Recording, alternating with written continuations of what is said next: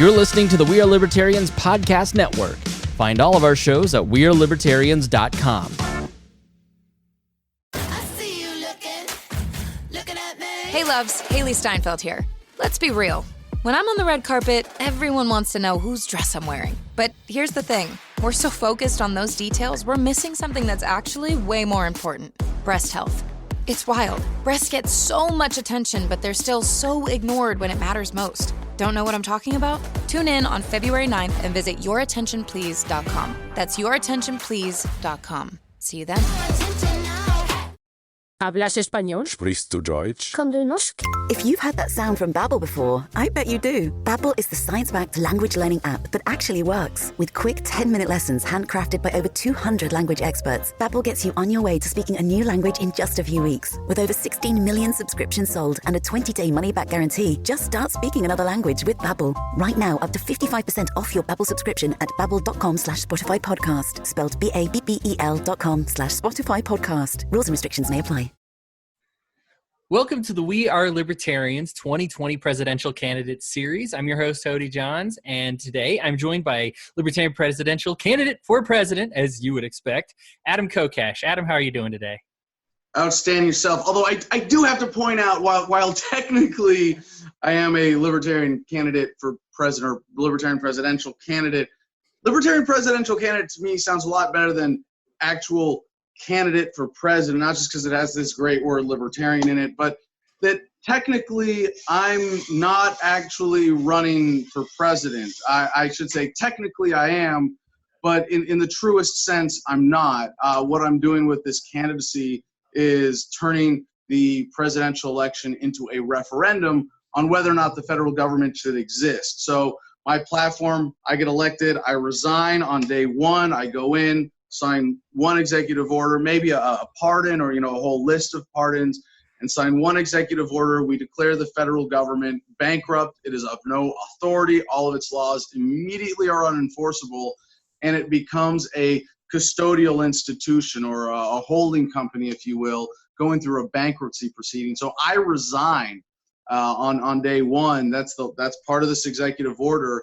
I resign from being presidency of the United States to being custodian of the federal government, to serve as a bankruptcy agent to guide us through this process that, as much as possible, is laid out in advance. So I say this because no offense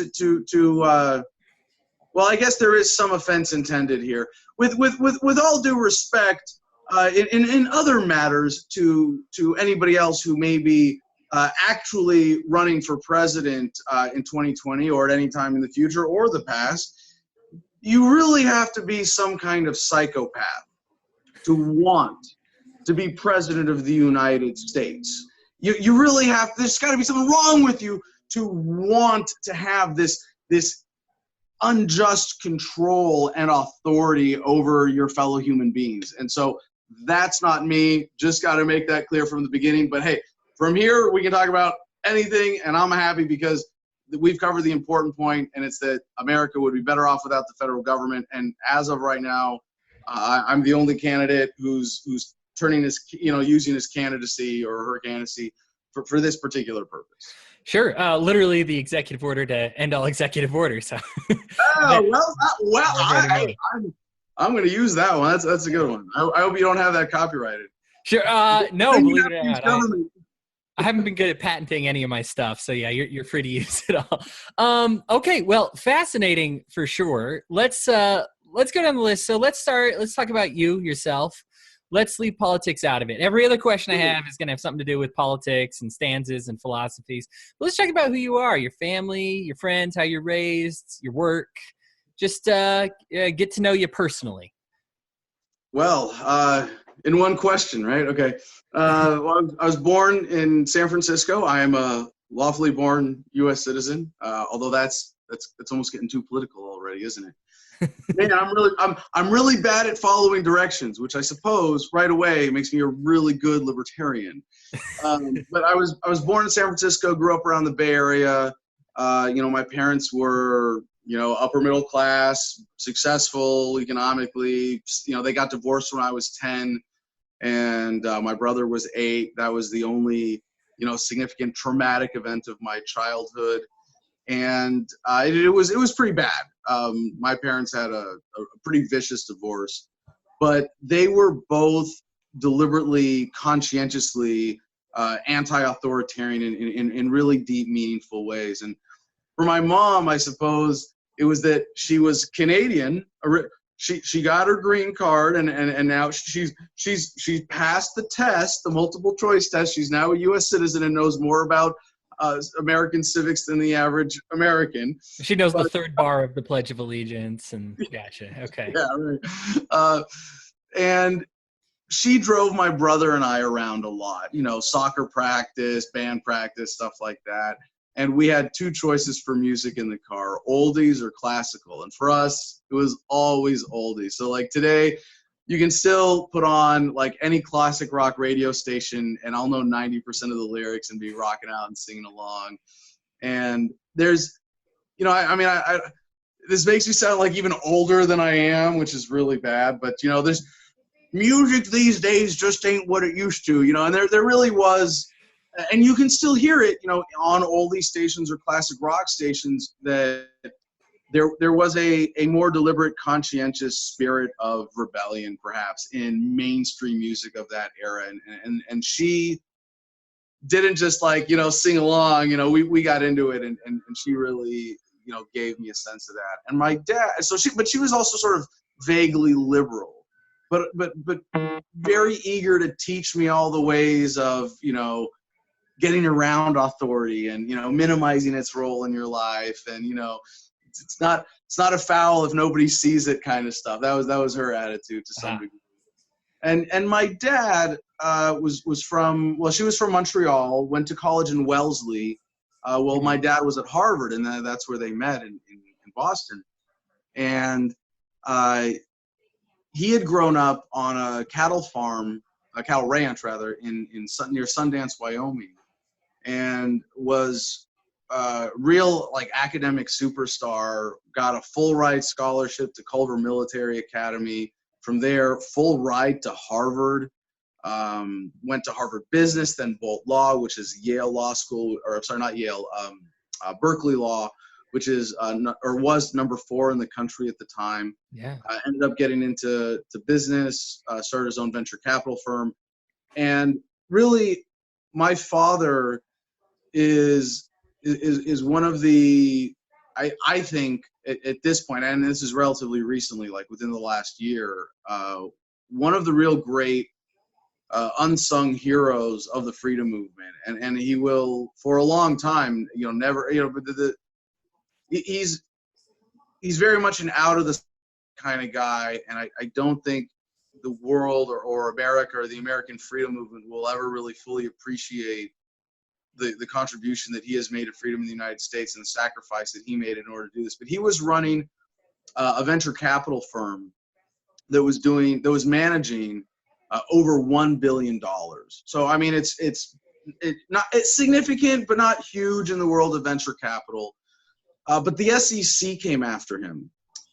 This is like 18, 19 years ago at this point. Yeah. And he could have just buckled. He could have done what a lot of these guys do in his position and said, oh, it's the SEC, it's too big. Oh, it's government, I'm going to be obedient, But he fought the case. And he had his business trashed. He had his reputation trashed in the business community among people that it was relevant to in his world. He had, criminal charges pending for a lot of this time. Yeah. And just last year, year before last, the case finally went to the Supreme Court. And you can look this up. It's SEC versus Kokesh, Securities and Exchange Commission versus Kokesh. This is Charles Kokesh. I'm Adam Charles Kokesh. That's the father's name, becomes the middle name, family tradition there. Sure. But if you look up Charles Kokesh or Kokesh versus the SEC, you'll see that what he did was stand up in a hugely significant way at great cost to himself over a very long, difficult, trying period of time during which he went through another divorce. So it's not like it was easy on him in a lot of ways. Yeah. And when it went to the Supreme Court, he won 9-0. And to get into this is without getting too technical on the details of the case, it was basically a thing about disgorgements versus fines versus punishments versus, if an investing company did something wrong. And this was a case where, like, I'm really proud to say of my father's business practices and records. He's not perfect by any stretch, and he's done a lot of stuff with a lot of businesses, and there's always going to be people who have disagreements. But in this case, it was very clear with the SEC how they were charging him for a misappropriation or misallocation of funds or something like this, that like he had stolen $45 million. And it's like, I lived with him. We did not have an extra $45 million laying around. Like we lived comfortably, but it was far from luxurious, and we had financial challenges at times, like, any American family, I suppose. And it was really, and there were no complaints, literally zero investor complaints, related to what the SEC was charging him with. The effect of his victory that says the SEC can't go after companies in this manner, can't try, because what they were doing is they weren't saying, Mr. Kokesh, you misallocated $45 million and you have to give it to us so we can give it back to the investors you stole from. They're like, no, we don't like the way you did business, and we're going to fine you $45 million, and you're just going to give it to us. And the SEC gets billions and billions of dollars this year, and all these other alphabet soup agencies that operate in the dark. And, these are kind of low publicity things. It's not like, my dad's venture capitalism firm disappears and everybody goes, geez, where's that restaurant on the corner? Or what happened to Radio Shack and Kmart, Sure. Yeah. But these kinds of federal enforcements do have, a major effect, and he has effectively kept billions and billions of dollars a year from now on, from this method at least, out of the hands of these federal enforcement agencies, which means that business owners are going to be able to hold on to that and use those funds to continue serving people through their businesses. And that's really huge. So I'm very proud of my father for that.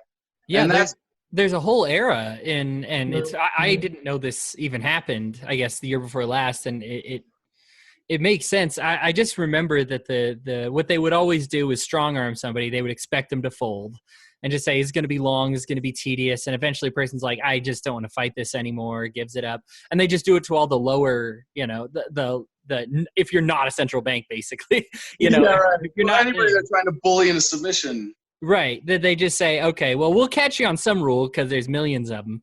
I can't believe they didn't catch your dad on one. I mean, that's incredible. Yeah, that is the kind of surprising thing, is that they didn't.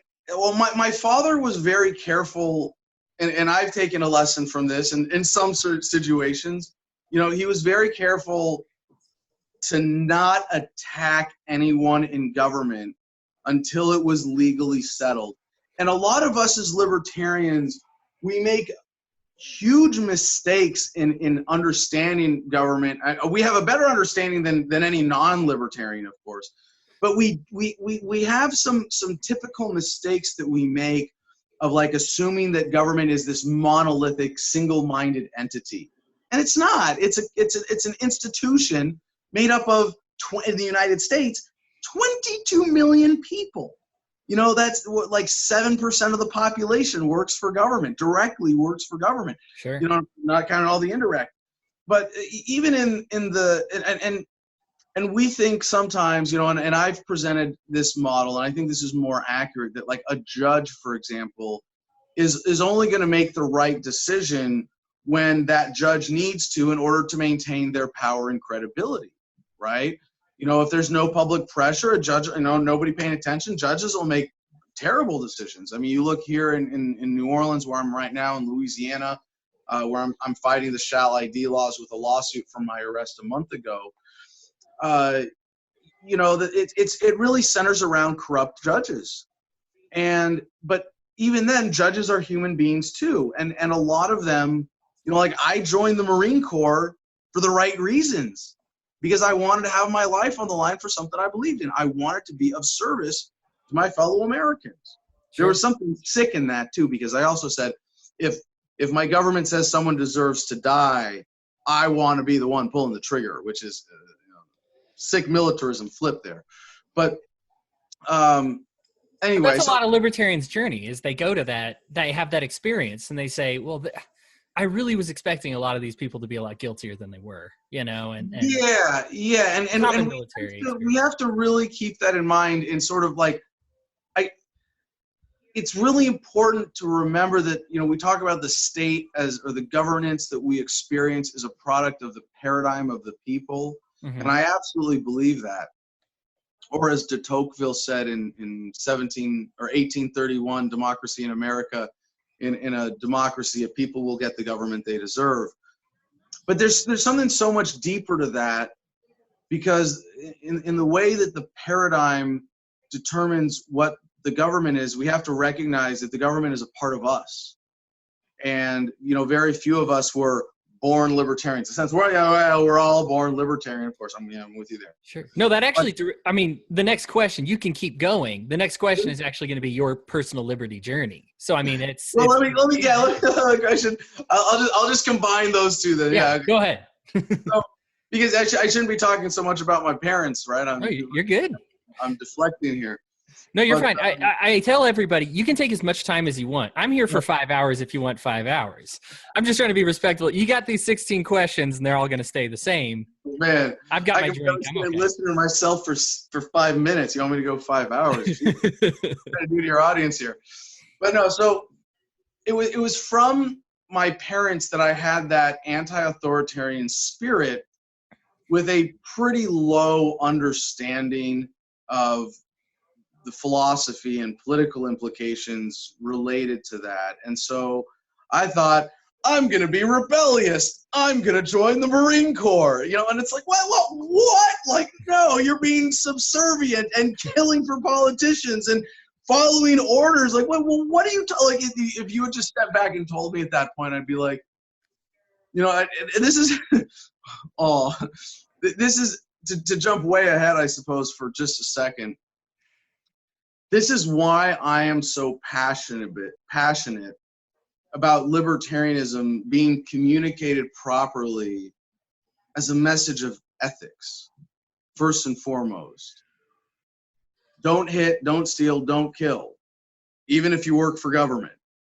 And if someone had told me that then, because I at some point I started identifying as a libertarian in high school. I was the libertarian in the Marine Corps, in my unit, but even then I was a terrible libertarian, obviously, at least by how I would assess myself today. And it was because in high school, at some point in some civics class or something, they don't do that civic stuff anymore, but I was asked, do you want to be a Republican or Democrat? And I said, wait. This is America. I'm supposed to have a choice here. Are you telling me I have to be lame? Like, I really don't have a choice? And they were like, well, there's these libertarians over there, and they never win anything, but they like to be left alone. And I was like, yeah, leave me alone. That's me, just as a punk kid. And would you rather have red licorice, black licorice, and that's it? You're like, wait, isn't there caramels? There's toffee. Come on, there's got to be something else. No, this is America. You can't do that, or you're a loser. Yeah. But I was introduced to libertarianism as socially awkward, socially liberal, fiscally conservative, and that is a really gross misrepresentation of the message through a very narrow political lens. And if politics is the conversation deciding who do we point the guns of government at to organize society, obviously our answer as libertarians is nobody. You don't get to organize society by violence, defense only. That's a fundamental ethical principle that we generally ascribe to. And if at that time I had been presented with libertarianism as an ethical message, I never would have volunteered to join the Marine Corps. I never would have volunteered to go to Fallujah in 2004. I never would have tortured people on orders. I never would have helped in the killing of people in Iraq. I never would have been a part of that military occupation. That's what it was at that point. The imposition of martial law by a foreign military. And, I was a reservist. I went to college because I wanted to do my enlisted time as in the reserves and then go active duty as an officer so I could tell other people what to do full time and only take our orders part time. See how that works? Yeah. But after getting out, I got back from Iraq in 2004, went right back to college, Claremont McKenna in Southern California, great school. And I actually volunteered to go back because I didn't get a Purple Heart the first time. That's how twisted they make you. They call it brainwashing. And brainwashing is way too kind of a term for how they condition you and mess with your head, because brainwashing is to suggest that what was in your head before the Marine Corps got there was dirty. And we're gonna clean that up for you. And when you're fully brainwashed and your brain is nice and clean and ready to go and be obedient and part of the hive, then you're clean. And it's absolutely rubbish. I read a book called The Lucifer Effect recently that talks about this situation where you don't have to. It found that most of the police were doing things they didn't like doing, that they were following orders they didn't like following, but the system kept going. And it just talked about the things that they would do, and they're little things. And medals was actually one of those things, and just little things and uniforms and things like that they would give you that give you this appearance of authority, or this saying, yeah, I know this seems like a bad thing, but it's really for a greater good. I'm sorry you hate doing it. And I think you're touching on a lot of that right now. It's not like this, I lock you in a room and do the Men in Black scanner across your eyes type of brainwashing. You don't have to. Right, but it's a system. What's important. And this is, if you look at like the Milgram obedience studies, my undergraduate degree was in psychology. And so to me, it's really important to understand, and this is so important, I think, to understanding our shared humanity. That you look at someone who has done evil, and instead of saying, "Oh, they must be a monster, they must be inhuman, they must be something," so I couldn't. It's not possible. No, I'm a good person. I'm a well-intentioned person. I have always done the right thing to the best of my ability, to the best of my understanding of the situation, and my understanding was so warped that when they told me, and the torture that I engaged in Fallujah in 2004 was sleep deprivation. It wasn't like it wasn't a big part of my mission. It wasn't something I had the opportunity to think through or a big part of what I did. I was civil affairs. I volunteered to go in civil affairs because I wanted to help people. I thought we were going to be, rebuilding Iraq and the tip of the spear in that effort. And part of my disillusionment was experiencing otherwise. But when I was ordered to guard detainees and keep them awake, even though they were, sitting in piles of their own excrement and smelled terrible and had sandbags over their heads and their hands zip tied behind their backs, I complied. No, well, government says these are the bad guys. They must be the bad guys. I'm going to do my job, and it's given me, a measure of appreciation for, like you said, the cops that in that book who who are in that unfortunate situation where they're essentially being bullied and lied to and misled in some subtle and some not so subtle ways to do evil because they think in some bigger picture it's justified. And this is, again, one of the great things about libertarianism is that it when communicated properly, don't hit, don't steal, don't kill, even if you're government. You don't do that anymore. People who understand that don't become cops, don't become soldiers. And if we grew up in a world where people understood that, not only would we be in a much better world to begin with, but we wouldn't have or even have any pretended need for government. So when I got out, so I brought a pistol back from Iraq as a souvenir when I went there in 2004, and I actually got in trouble for it. And long story short, I got caught as I was in the process of volunteering to go back to Iraq, and ended up sitting at a barracks at Camp Pendleton for a year as a sergeant who speaks Arabic with civil affairs combat experience. Why am I not deployed? And it was extremely frustrating. I got a medal, a Navy Commendation Medal for my deployment the day before I got busted from sergeant to corporal, before getting out and saying, you know what, I don't want to do this anymore. This is the complete experience for me at this point. Thank you very much, Uncle Sam.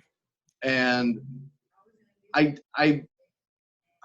not. I mean, I was a little bit active in college. I ran a college libertarian group, but I wasn't really an activist in the full time, really like commit yourself to a cause kind of sense at all, until I got out of the Marines and I moved to DC to get a master's in political management at George Washington University.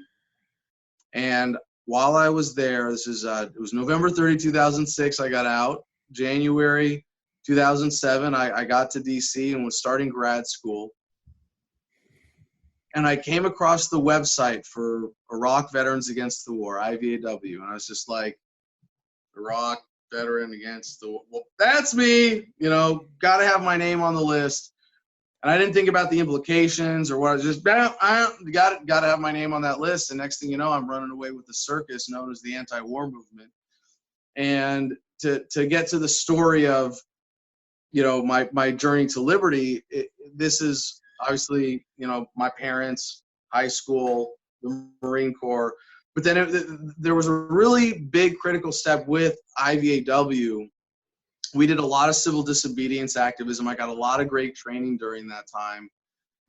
Got my first few arrests under my belt. Became a national public figure for the first time with my case when the Marine Corps came after me. And for protesting in uniform, and that's a whole other long story. But more importantly, with IVAW, I was surrounded by lefties. Obviously the anti-war movement was dominated by lefties, but among anti-war groups, IVAW was the least leftist, because we had a lot of guys coming out of the military who were conservative or moderate or quasi-libertarian like myself. But I went into this with an attitude like, well, I'm a libertarian. I know I'm right about everything, and I just have to prove it, right? Yeah. And I had all these great conversations with so many, especially these other anti-war veterans, but other leftist activists in general, but especially with my fellow veterans. And there was something like really beautiful and genuine about those conversations, because I knew that these were good people in the sense that they were willing to risk their lives, not just in joining the military, but in standing up to the military and in standing up to militarism and standing up to the policy of the global war on terror as former participants. Like, that was huge. So when I was, and people who were willing to get arrested with me, a lot of these conversations happened while we're, in handcuffs on a bus on our way to a, processing station or something. What's your name, by the way? Well, yeah, by the way, that thing you said about the Communist Manifesto last week, I really got to look at. What do you think of this? That's kind of, turning it into a bit of a cliche, but it really was that experience for me that challenged me to get a deeper understanding of my own worldview and libertarianism especially, because there is, like I've been pointing out, I think in the story, I'm not especially bright. I like to learn the hard way. just dumb enough to join the Marines, just smart enough to figure out it was mostly bullshit. You know, I'm not here to say I'm the smartest man in the room. I'm not here to say I'm the most ethical man in the room or the most open-minded or creative or anything like that. You know, I really did kind of fall over backwards into this. If I wasn't disgruntled when I got out of the Marine Corps, I would not have started questioning things the way that I did. In fact, I might have gotten out and become a cop. You know, I mean, that was something I was considering at one point. Yeah. I was either going to be a really corrupt asshole or I was going to be like the coolest, like not write any tickets, like nothing but warnings kind of cop, you know, who would get fired after a couple of years for that. Yeah. But there was really something about this experience with IVAW that led me to the bottom of the philosophical rabbit hole of libertarianism, so to speak. There is one thing about me that I will brag about in the context of all this humility, which is that I have a certain sense of certainty that has to be satisfied, and combined with a sense of justice and a willingness to put my life on the line for what I believe in. But it was really that sort of determination to figure things out, because in these conversations, say about education policy, if I'm talking to another veteran about education policy and he's saying, well, we need the federal government to do this and we need government policy to do this and this, and I'm saying, no, free market, like no, community-based, no, it's got to be voluntary. But we both, I know that I'm not arguing with a shill.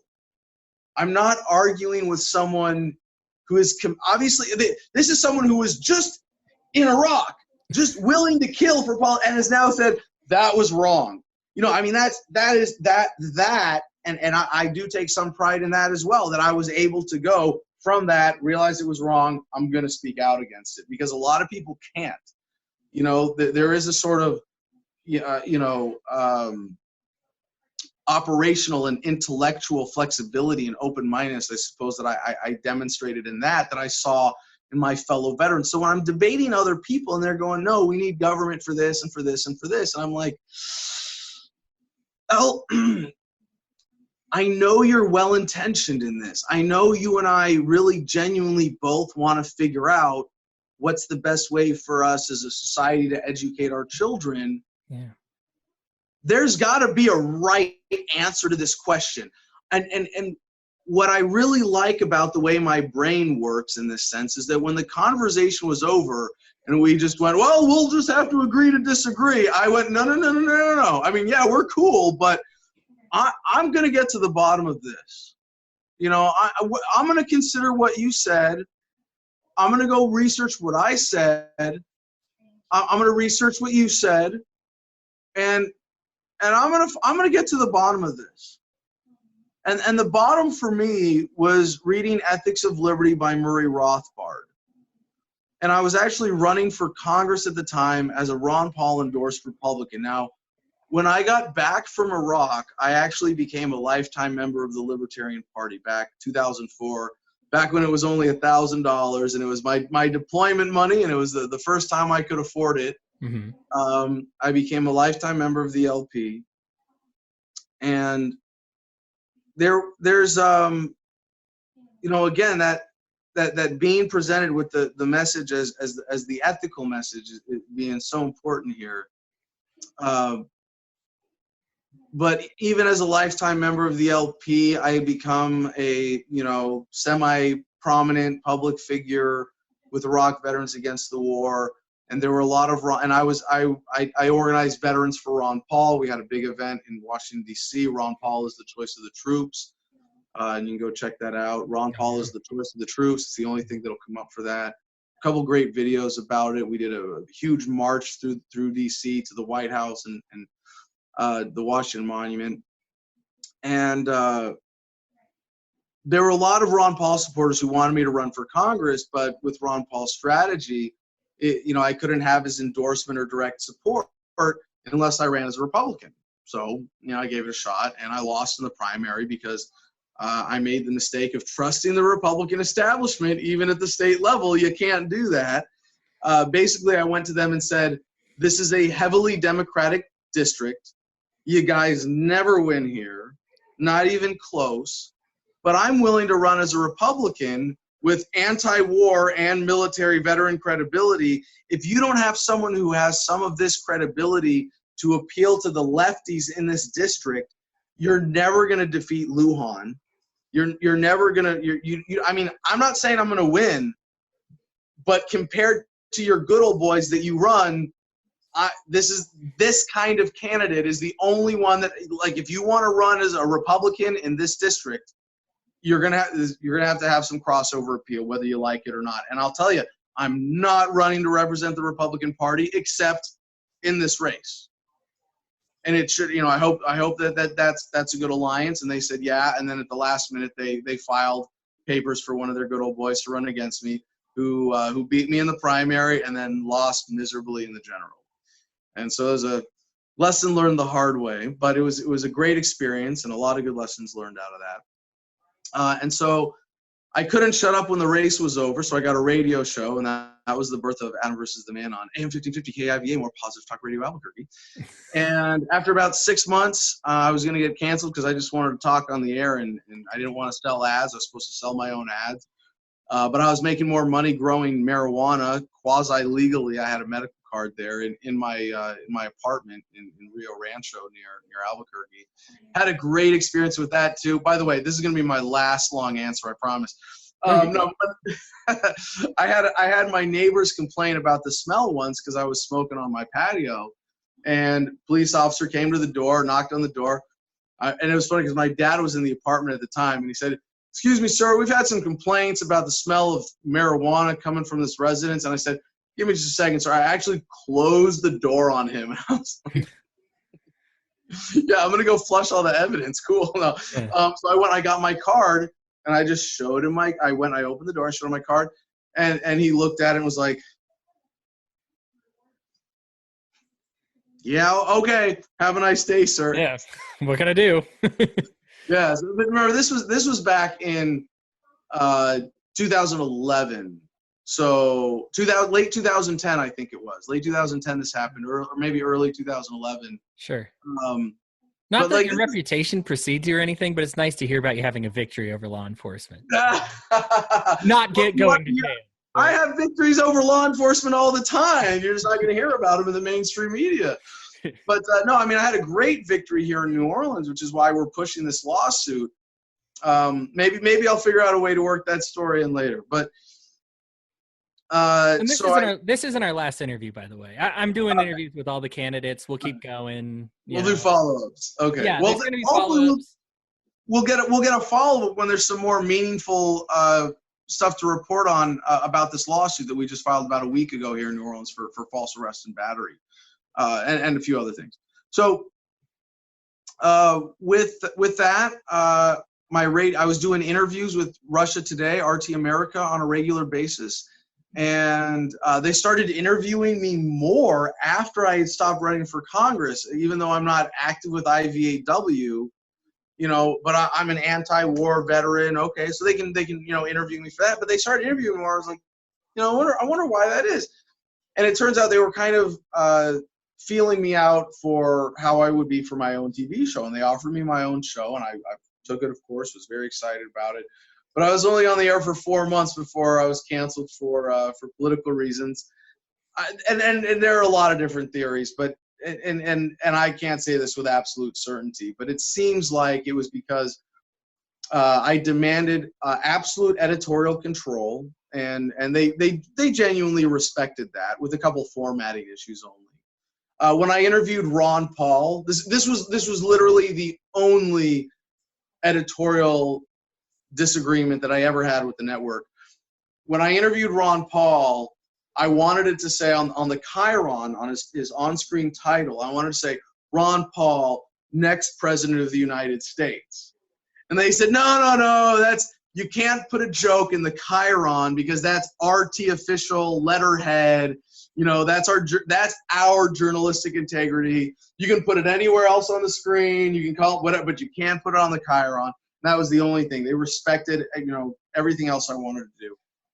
And I made a deliberate effort to be appropriately critical of Putin the way that I would in my general coverage of world events. And I was. And it was right after I had done a story about the midterm elections in Russia being stolen. And this was going back to 2011. And this was the time I had the Jefferson Dance Party, victory with the police. But there were a lot of victories in that episode, including getting the dance enforcement policy changed for the Jefferson Monument, and winning my case as well. But then I went independent, and I took Adam versus the Man into podcast territory. Was pretty successful with that. Focused on my YouTube channel, built it up to over 70 million views, and then went to do my shotgun civil disobedience in D.C. and ended up doing 4 months in jail as a result of that, including 2 in solitary confinement, which was a whole other lot of fun. And while that may have been a loss in a lot of legal ways, I think it was still a huge victory for freedom, because the local TV, they loved that footage of me racking the shotgun. Every time I went to court or there was they just play that 11 seconds over and over, 20 seconds of that video over and over again. And when I went to general population, by the way, I was a little apprehensive because I've been sort of safe in solitary, and now I'm the only white dude on a black block, like all black dudes and a handful of Hispanics. But as soon as I got there, I was mobbed by dudes like, "We saw you on TV. That was awesome." So they got it. And I always feel, aside from being a former Marine and, physically capable of taking care of myself, if only because I know that I bring that visibility. I feel very safe when I go to jail, and I understand that I have a lot of, there's some white privilege in that, and there's some activist privilege in that. But if it means not getting taken advantage of in the shower, I'll take it. All right. So after that, I kept going with Adam. Well, I started writing the book, Freedom. And this is the ultimate red pill for libertarianism. And I say that with a lot of humility, because I had a lot of help writing this book, both in the inspiration and the ideas. I do not claim originality with any of the ideas in this book. In fact, on the thank you page here, there are listed, a whole page of names, most of whom are authors and activists who were really more critical to developing the ideas in this book than I ever was. I just decided that when people sent me all these great books when I was in jail, that we needed the one ultimate conversion tool, and I decided that I would be the very best rip-off artist the freedom movement has ever known, and take all of their best ideas and none of the bad ones and boil it down into one 100-page, very easy to read, easy to understand, easy to digest, sort of cliff notes of libertarianism.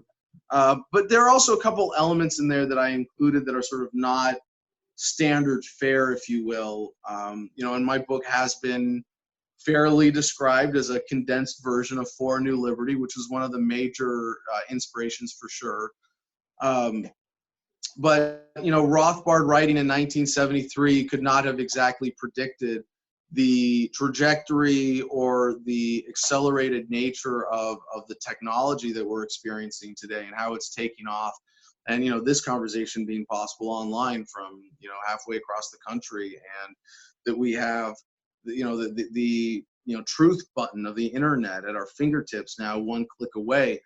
and to me, for war, this is the most important thing, that, you can lie to us, but you can't get away with it like you used to be able to. Even when I was convinced to go to war in 2004, the lies that made that possible, you couldn't get away with today. So I guess that gets me to, I was in LA and doing my podcast again, and then decided to really focus on the book and just tour on the book. And I've been on an amazing journey since then. I'm looking forward to getting back into podcasting on a more consistent basis soon. I've been just kind of, here and there, wherever. I've been really pushed out of Facebook and YouTube in particular, and I've kind of given up on those, even though I've got almost 250,000 subscribers on YouTube. I just recently, and I haven't mentioned this yet publicly, but my entire channel was demonetized. They've been going video by video. Like if I go to my email that's attached to my YouTube account, it used to be like every day there'd be a new email. This video is demonetized. And I've 3,000 plus something up there, because I've been making videos since I started with IVAW back in 2011 pretty regularly. Yeah. And most people know me through my YouTube channel or my appearances on other media or mainstream media coverage. And it really is, man, now I'm sidebarring so much. I think I probably answered all 16 questions. But there really is something tragic about the internet being developed in the age of government, because corporatism and intellectual property and government control of the internet have really blunted its potential.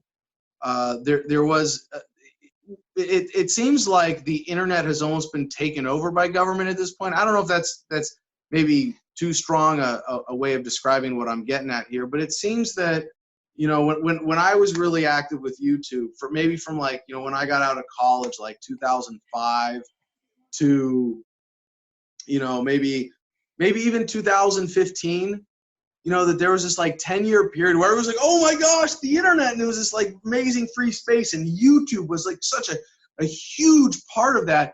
But now you look at YouTube bought by Google, having kicked out so many people, you don't really trust YouTube as the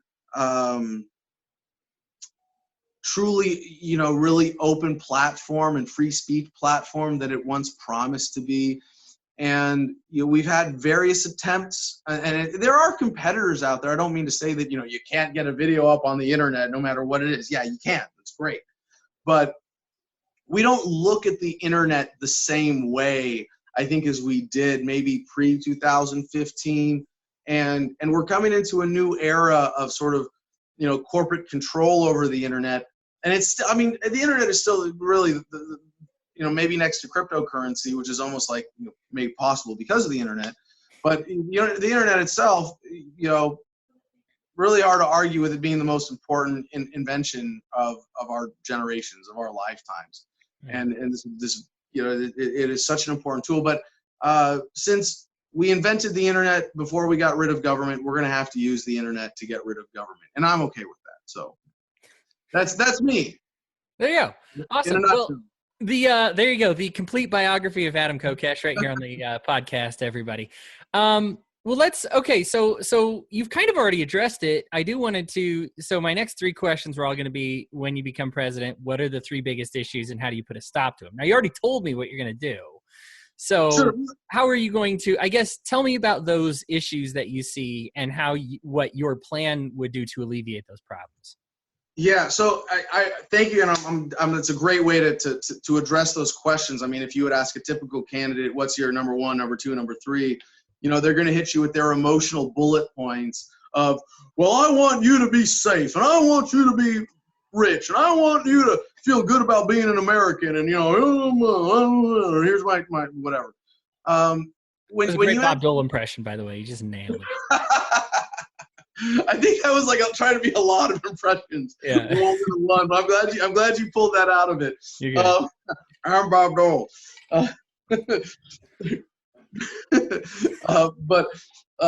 Or I feel your pain, right? It's Bill Clinton. But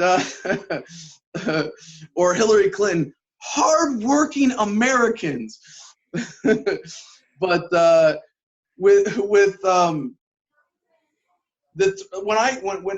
if I were going to try to answer your questions, what are the top 3 issues? I want the audience here to know that the way I would look at that would be, what are the greatest injustices in the world? Where is the greatest suffering? Where can we apply our efforts to alleviate human suffering most effectively and efficiently? How do we stop the most pain? Like to me, it's justice. When you put it in terms of injustice and human suffering, there has to be a kind of triage, and so that's how I would look at that. And I do, as much as I am part of the American tribe, I do, as much as possible, try to think of myself and all of us as members of the global human family. So when I look at the world and I see what are the greatest injustices in the world, war, poverty, the banking system, the war on drugs, the police state, the violation of civil liberties, you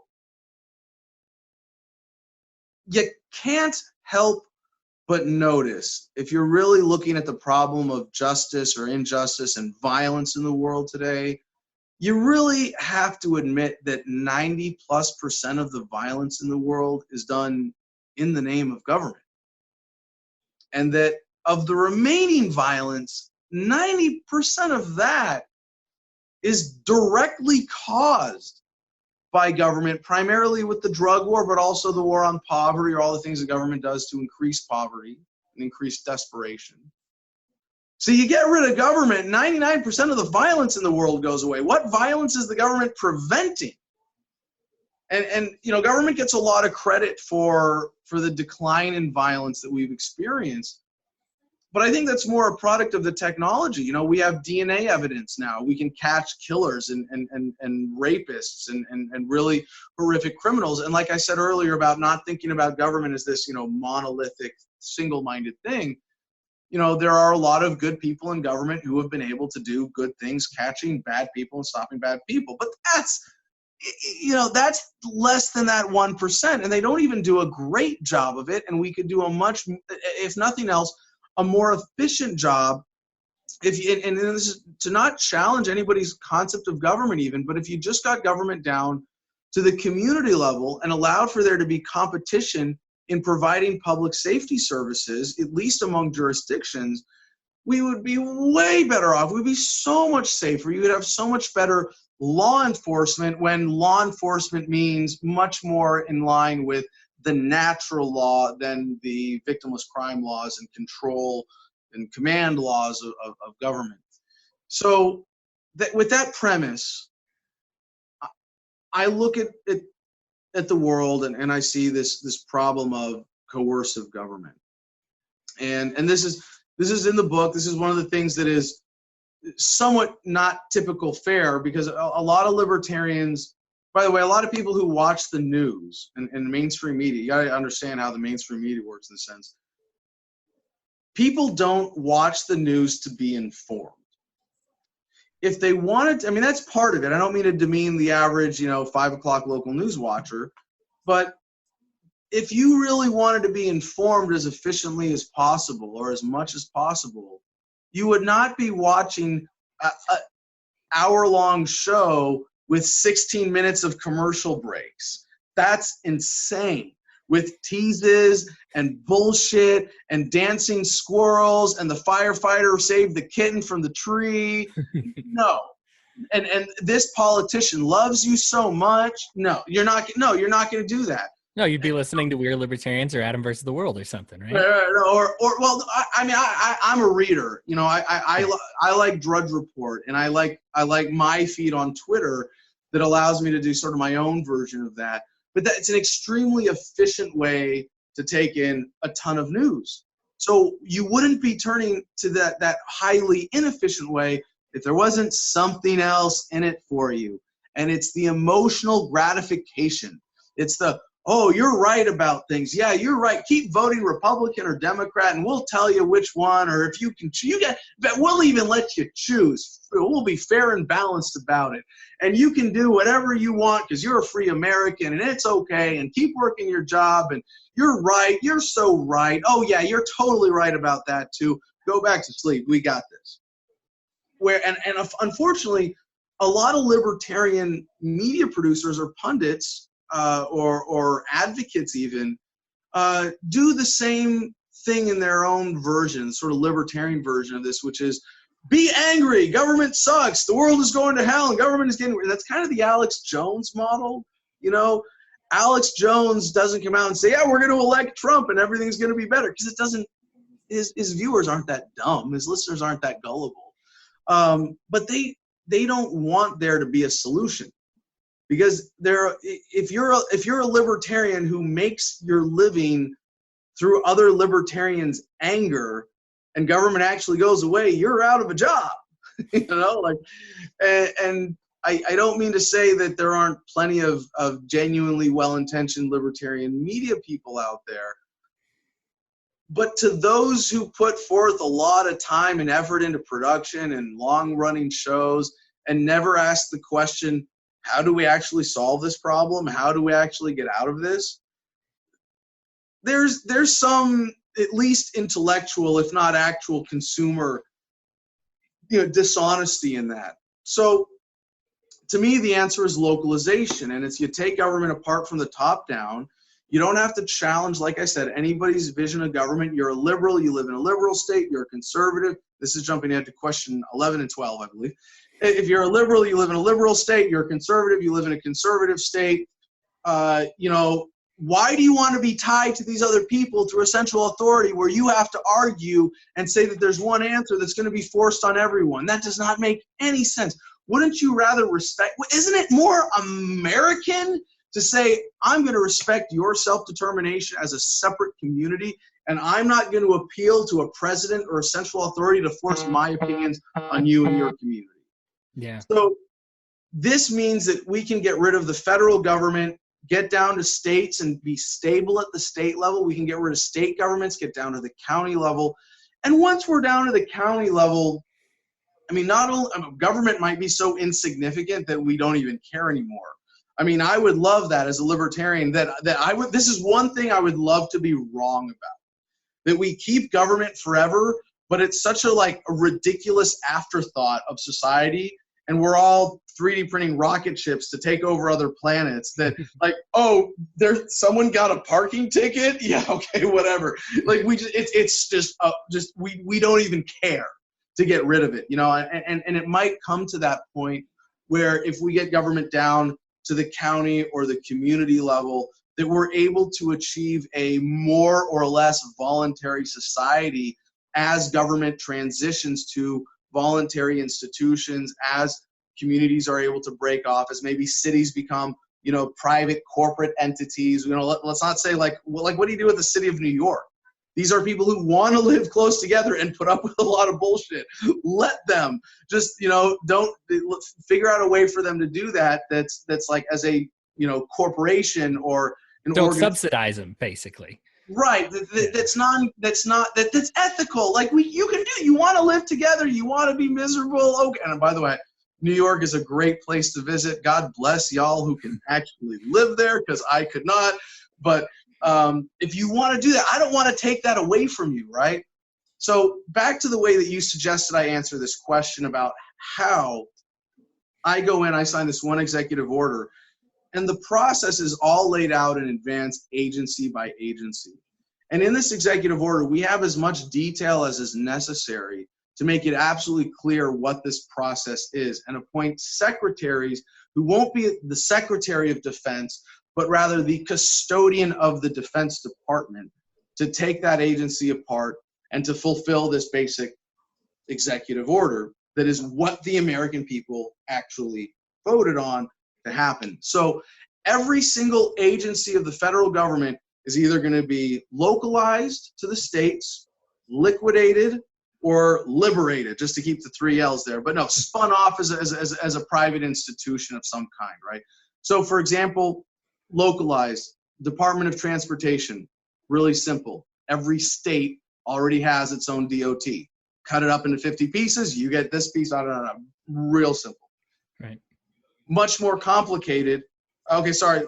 So that's localized. Actually, you don't destroy anything. You just take it, and it's something like the Department of Transportation is more or less providing the legitimate function of road creation, development, maintenance.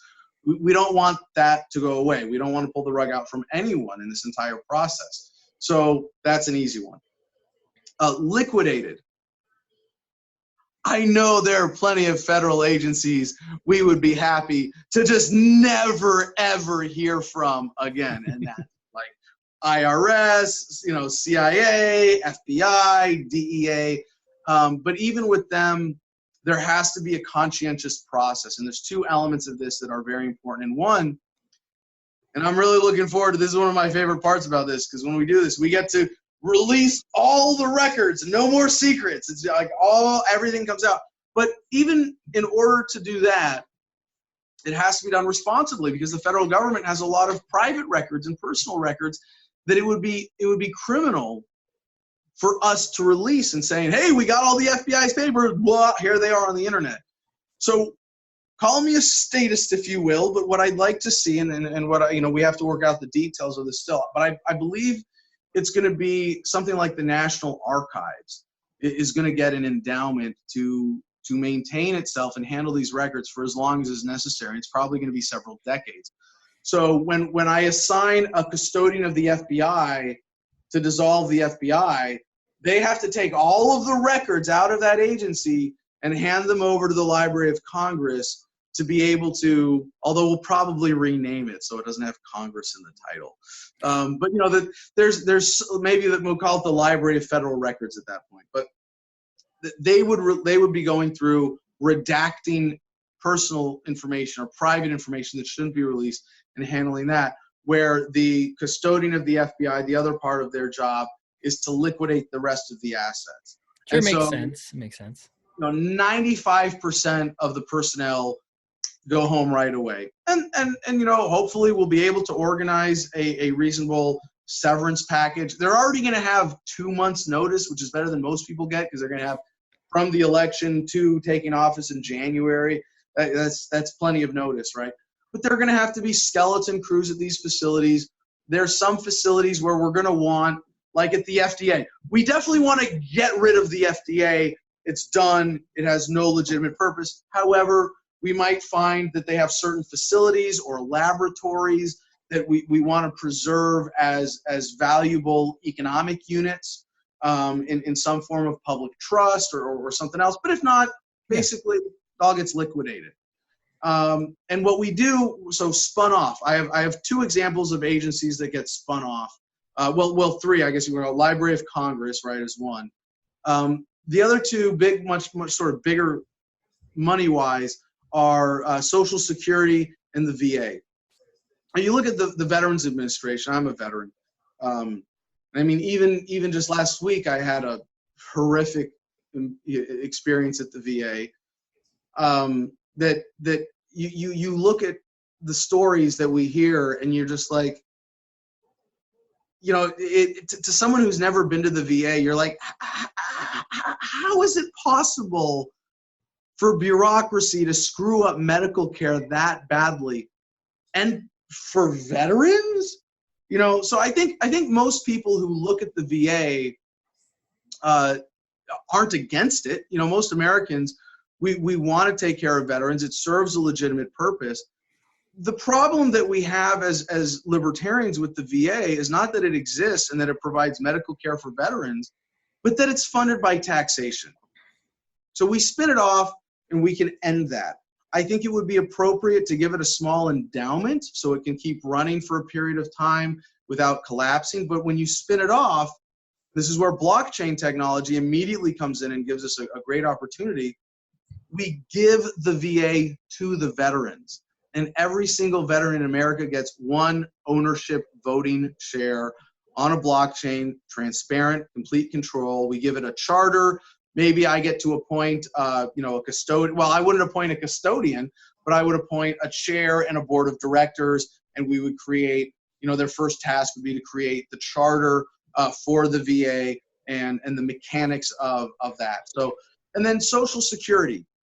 The reason I want to continue Social Security is very important here, not just because I don't want to pull the rug out from underneath anyone. And again, it's like the VA. We don't have a problem with retirement programs. We have a problem with forced retirement programs, being run by government. So Social Security seems to provide us with the best opportunity for what we do with the liquidated assets of the federal government.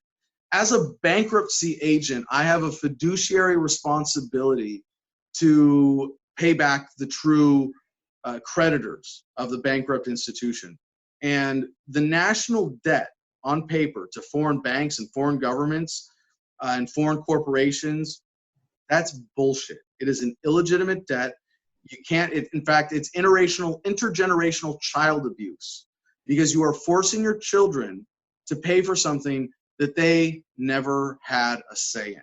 And that's really sick, because we're selling our children into a kind of debt slavery to government through this mechanism that we've allowed called the national debt. So I try to emphasize that as much as I can whenever we talk about the what the debt really means. Yeah. No, you put it in those terms to people who have never heard it that way. Or,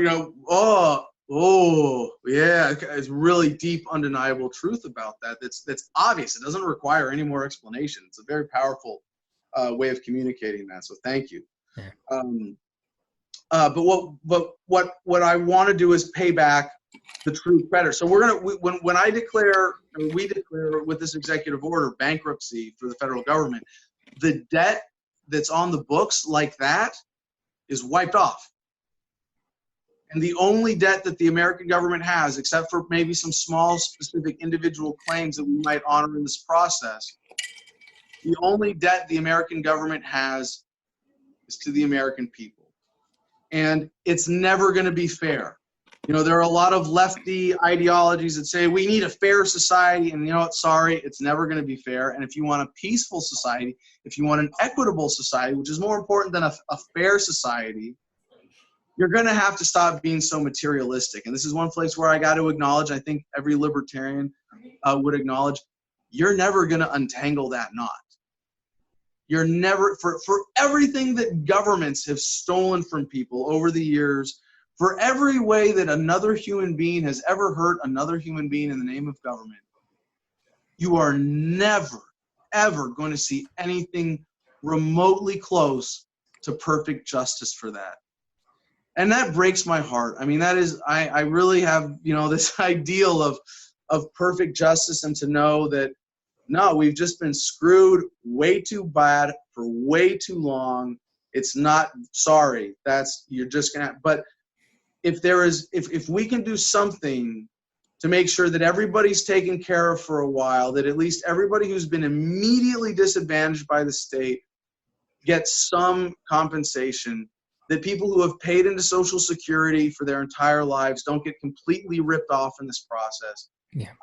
I believe that the best way of doing this is, as we liquidate the federal government, we spin off the Social Security Administration as a private trust whose mission is to receive the funds from the liquidation and distribute it to the American people as broadly and equitably as possible. So, yeah, no, that makes sense. Historically, any attempt that people have tried to make everything fair and equal has always resulted in massive, awful poverty. But they do a decent job making equality and poverty, I guess, except for the people right. in charge of it. So let's take a step back from the presidency. Let's try to get you through. Let's say you've already we're working backwards. So backwards from presidency. Now let's say you already achieved the primary from the Libertarians. You're going against whoever the Democrats put up, and then probably Donald Trump, most likely. And Daniel Schultz, hopefully, if he doesn't run for the LP nomination, which I highly encourage him to do. No, yeah, there's other names too. But the next four questions I'll just combine, because you have addressed kind of all of them at once. But to say we have a left and a right in this country. We have a social left. We have an economic left. We have a social right. We have an economic right. So on the social left, they're worried about the disparity in their communities. On the economic left, they hate seeing the fat cats get their tax breaks. On the social right, you've seen attacks on churches and the threats that the states hold over them if they don't practice in certain ways. And then economically on the right, you just see government spinning out of control and getting bigger and bigger. Why would you appeal to them more than the Democrat or the Republican candidate? Sure. You can break those down in 4 pieces if you want, or you can address it as a whole. It's your call.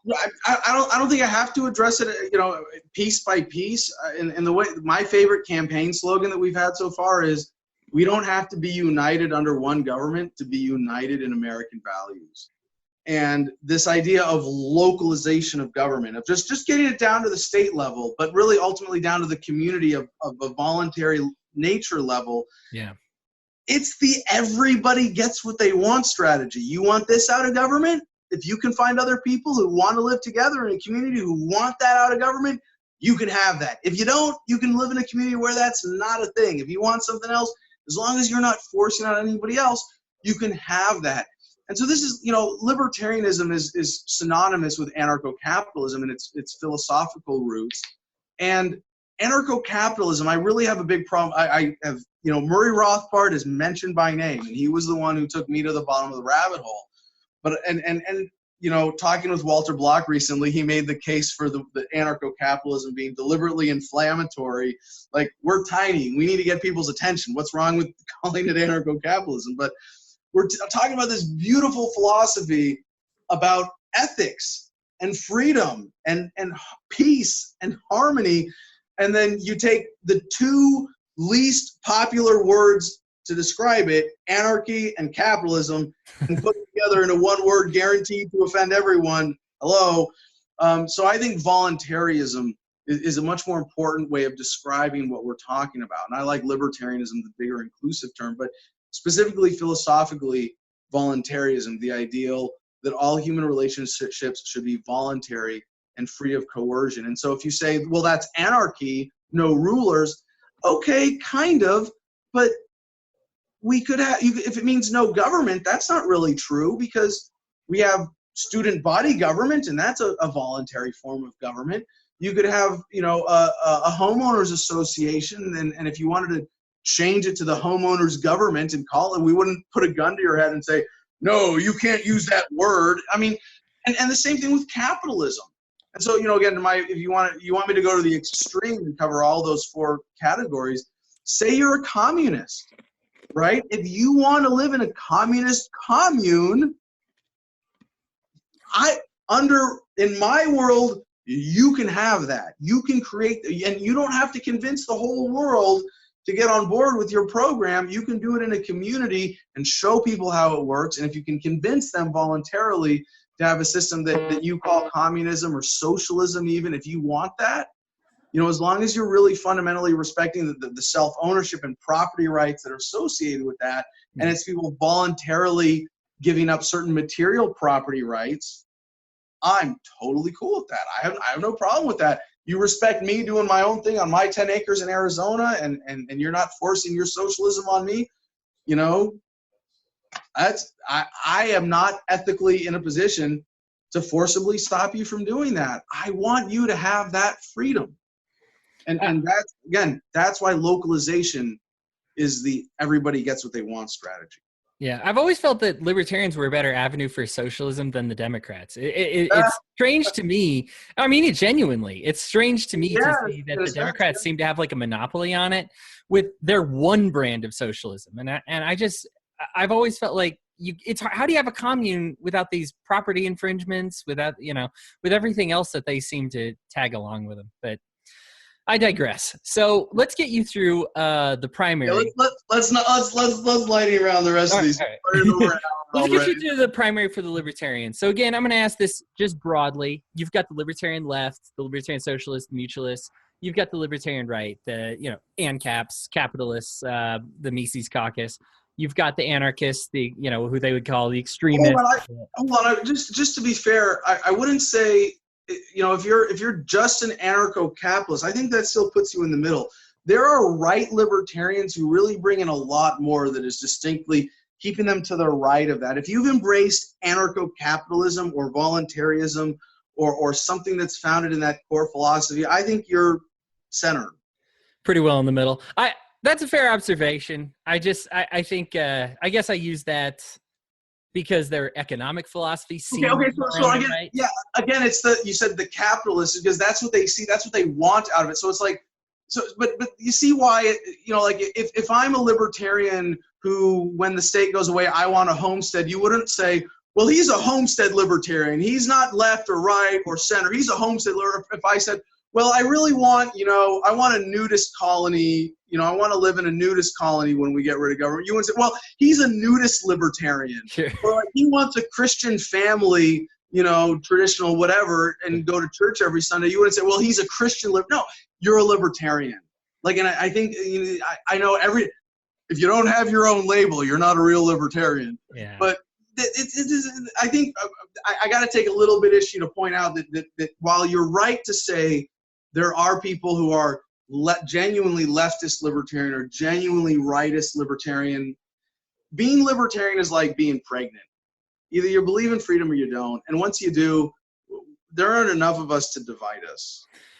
I have never loved the labels. You talked about a little bit how you said people will take offense at capitalism and anarchy, and maybe we need to call it voluntarism.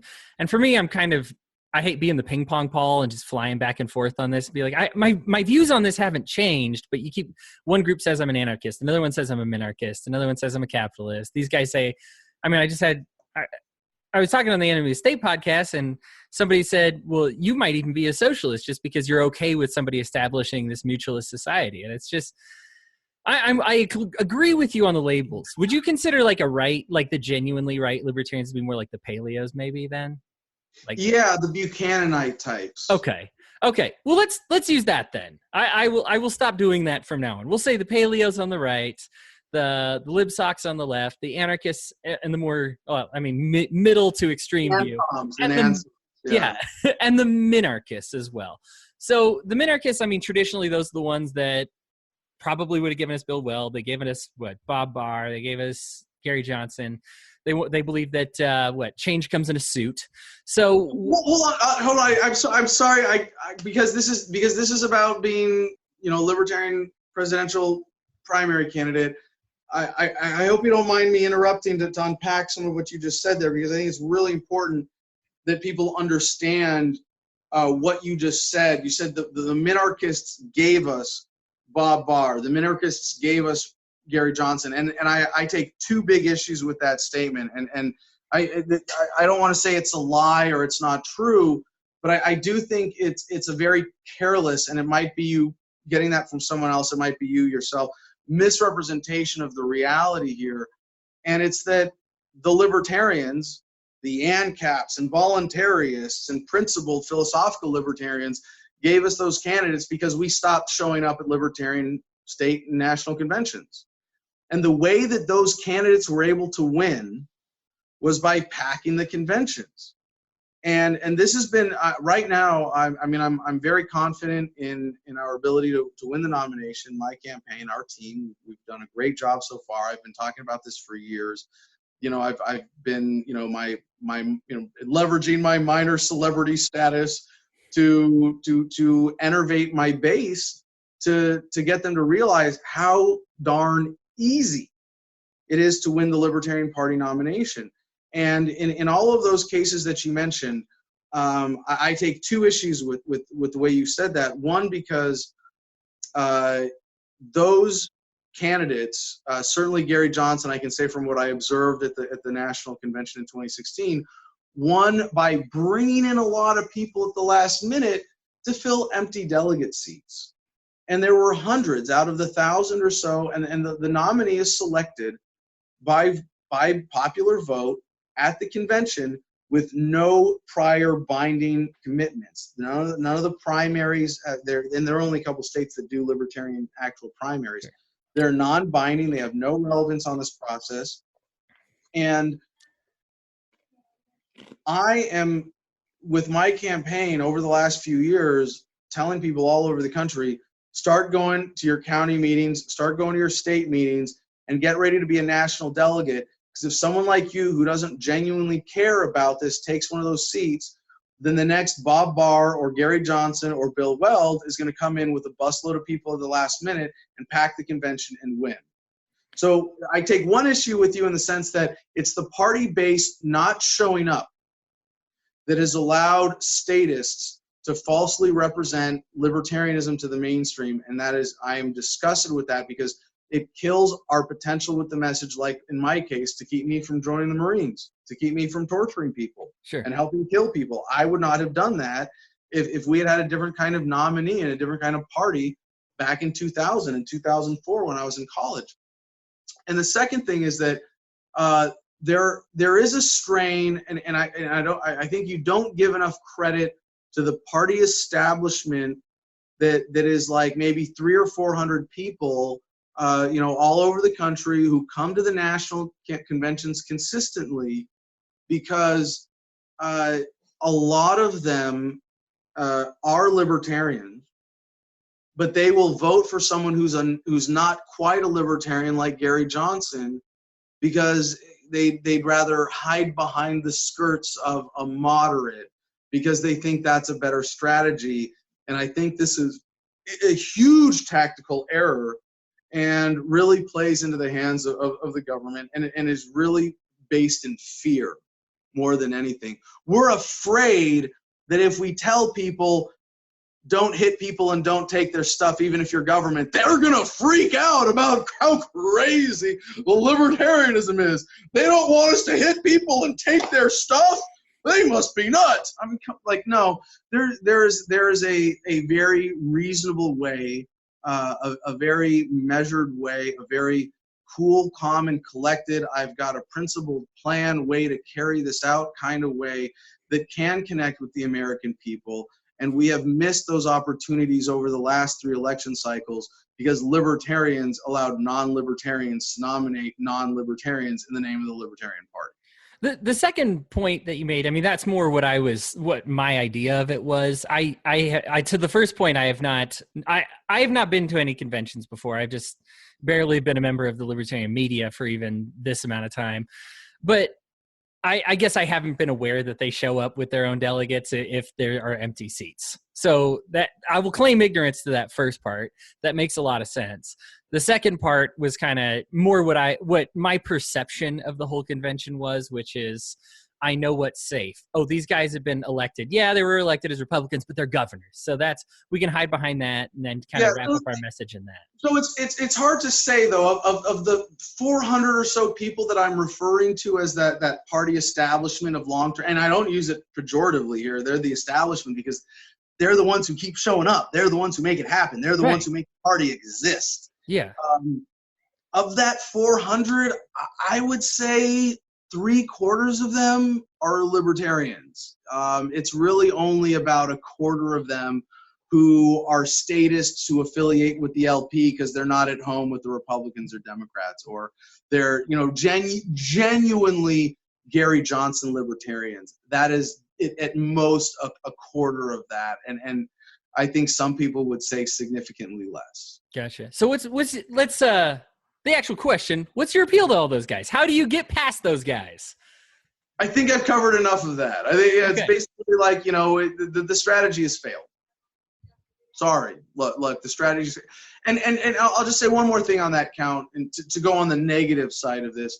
Yeah. When you go to the American people and say, look, we're the best of both worlds. We're socially liberal and fiscally conservative. It's like the best of what you like about the Democrats and what you like about the Republicans combined into one. And the American people say, oh, you're the best of both worlds, huh? You mean the best of both shit worlds that I really don't want anything to do with? Fuck that. If we're going to win as libertarians, we're, depending on how you want to count us, 1% of the population, I think that's where we are as real intellectuals. But, 10 to 15% of the population libertarian inclined. You're never going to even win those people playing their game.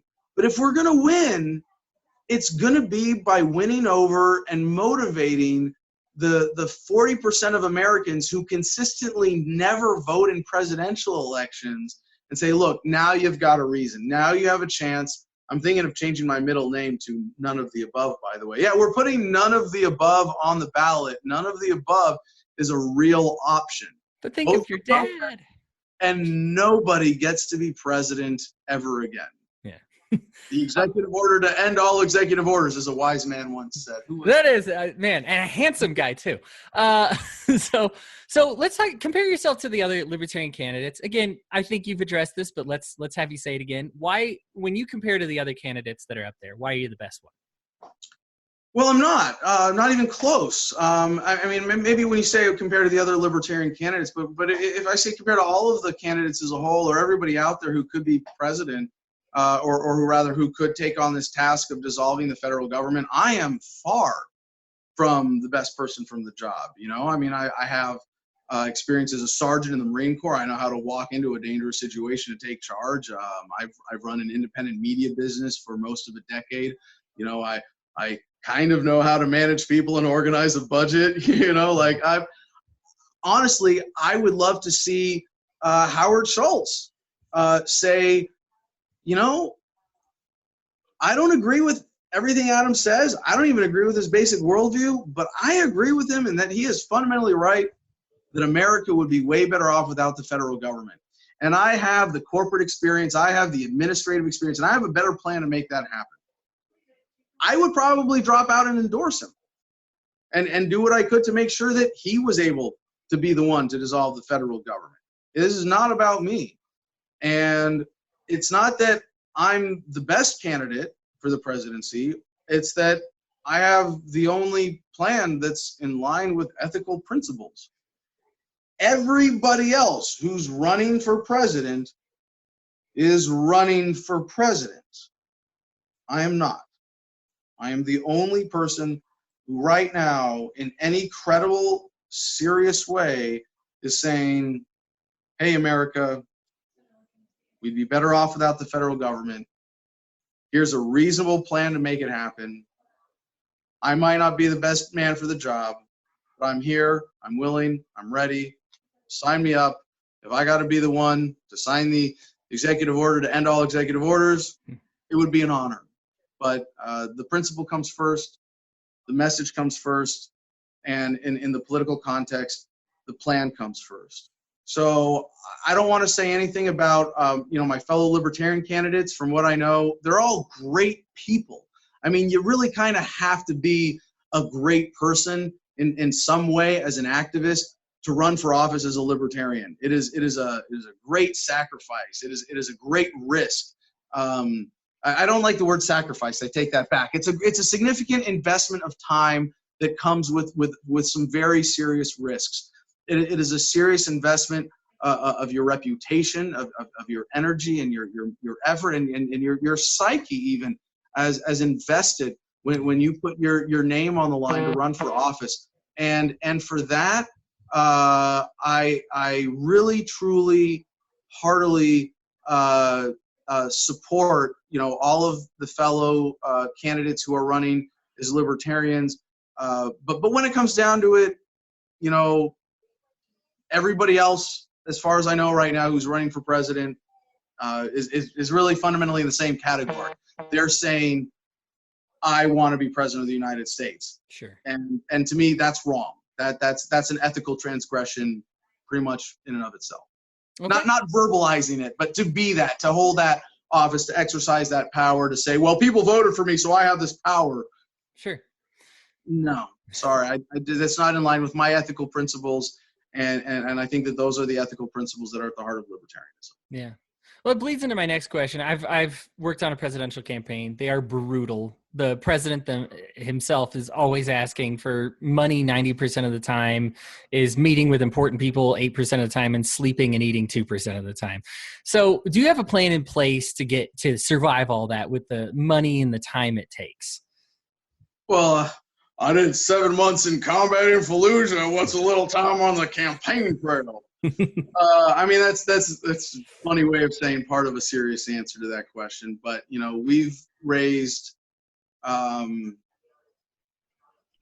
want to be careful to state this because I haven't talked to my treasurer recently, but since we announced last January somewhere over $100,000, Okay. and I'm pretty sure already that's a record for this period of for being this far ahead of the game and having already raised and spent that much money. I think yeah, I don't know how many records we broke with that, but it's at least a few big ones in that sense. Recently, independently for the New Orleans Book Bomb Project, where we delivered 204,452 copies of this book, I raised $131,000 to do this. Actually, it was closer to 150 with everything on top for the logistical support, but for the postage and the printing, and I was able to work with a bunch of sponsors and get a plug for a big plug for the Libertarian Party in there. Hey. We also got the world's smallest political quiz, more sponsors, and a word about jury nullification in there for what that's worth. But I think over my time, I guess. Well, my other thing I would say to answer that is when I ran for Congress in New Mexico, and it was a similarly long race, not as long as this with the running head start we have now, but I raised over $250,000 in 15 months. Mm-hmm. So I think my record speaks for itself there. Yeah. When I need to raise money, I know how to hit the phones.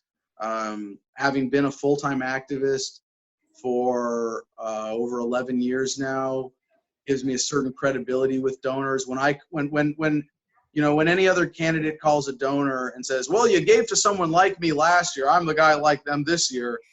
What were you doing last year? What have you been doing?" And when they take a call from Adam Kokesh, they go, "Oh, it's Adam, the guy from Adam versus the Man. Oh, the guy from dancing. Oh, the guy with the shotgun. Oh, the guy who's been dedicating his life to the cause of freedom for the last 11 years and gone to jail numerous times for it. Oh, what can I do for you?" And I think bringing that credibility, not just to this campaign already as a candidate, but to the general election and everything else, I think that gives me a unique advantage there. In terms of the campaign trail, we did kind of a warm-up tour last spring. I was on the road for 6 months straight, and I like being at home. There's a reason I'm a homesteader. I like my quiet 10 acres in the middle of nowhere. But when I got a mission accomplishment is just above troop welfare, and I'm gonna get the job done kind of guy. All right. Well, I hope you get a medal for this one that makes you feel good and that you don't have to go back afterwards. Well, the medal that I wear now, I don't have it on. I wear the lifetime member button when I dress up for Libertarian Party functions. That's all I need. Awesome. That makes you feel good enough. So, very last question. This might be the shortest and the easiest one. If people heard you, want to get in touch with you, interested in your campaign, how do they sign up? How do they contact you? Well, the main thing is to go to my main website. TheFreedomLine.com is what I'm reading there. Yep, that's it. TheFreedomLine.com. And from there, you can find KokeshForPresident.com without having to remember how to spell my funny last name.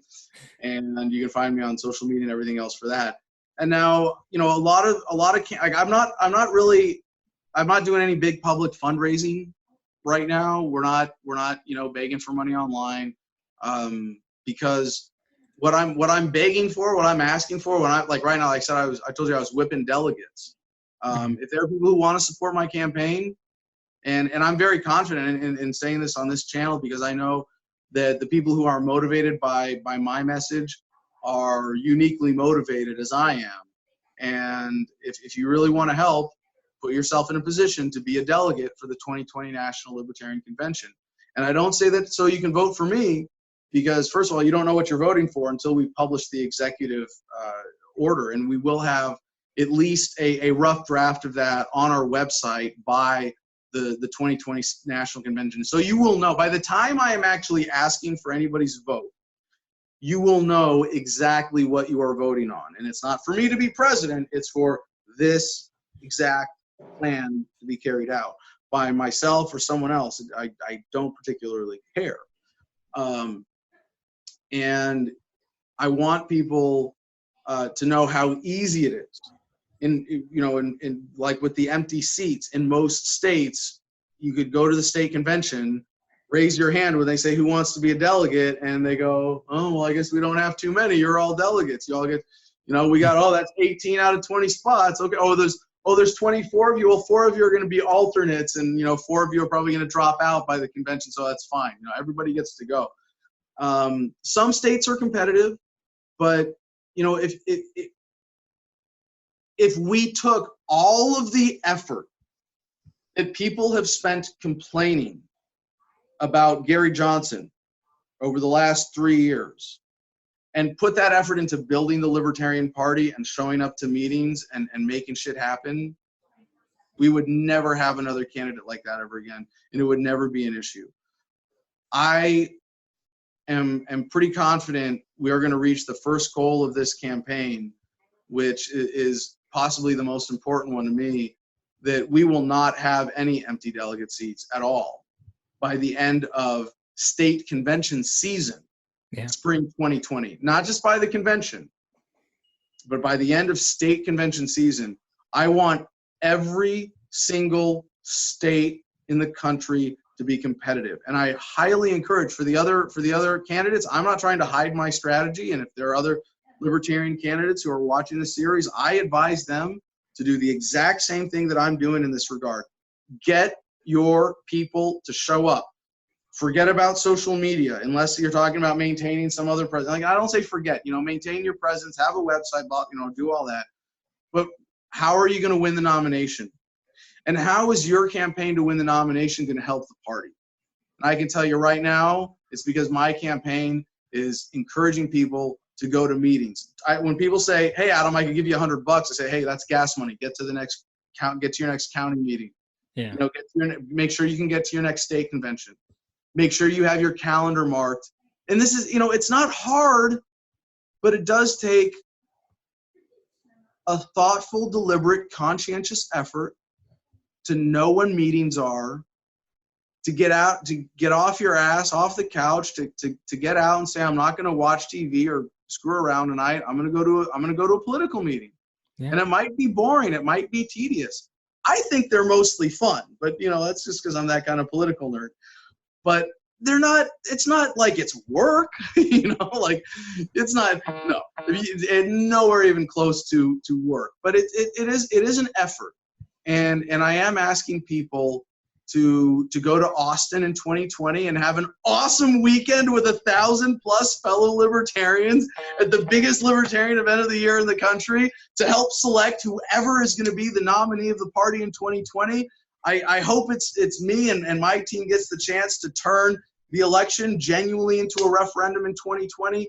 But if not, I hope that enough people who really do care about the message show up to ensure that we really do have the best candidate for the Libertarian Party and for the cause of freedom.